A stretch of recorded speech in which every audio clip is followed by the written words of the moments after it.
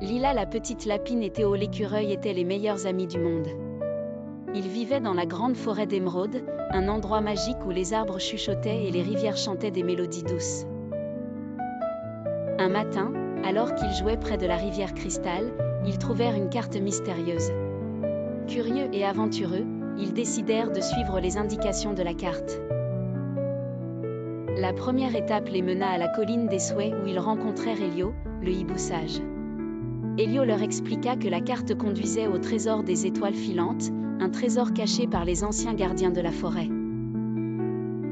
Pour continuer leur voyage, ils devaient résoudre une énigme.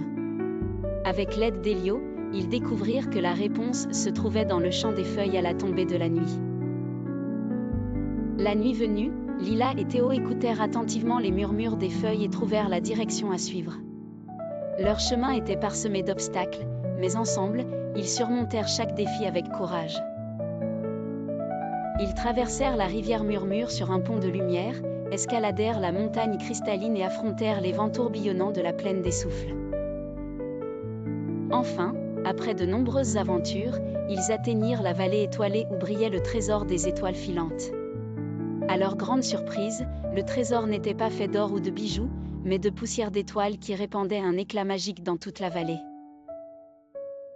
En touchant la poussière d'étoiles, ils ressentirent une chaleur bienveillante et leurs cœurs s'emplirent de bonheur et de paix. La légende disait que quiconque trouvait ce trésor verrait ses vœux les plus chers se réaliser. Lila souhaita que la forêt reste toujours aussi belle et protégée, tandis que Théo souhaita que leur amitié dure pour l'éternité. Leurs vœux furent exaucés et ils rentrèrent chez eux, leur cœur débordant de joie et de sérénité.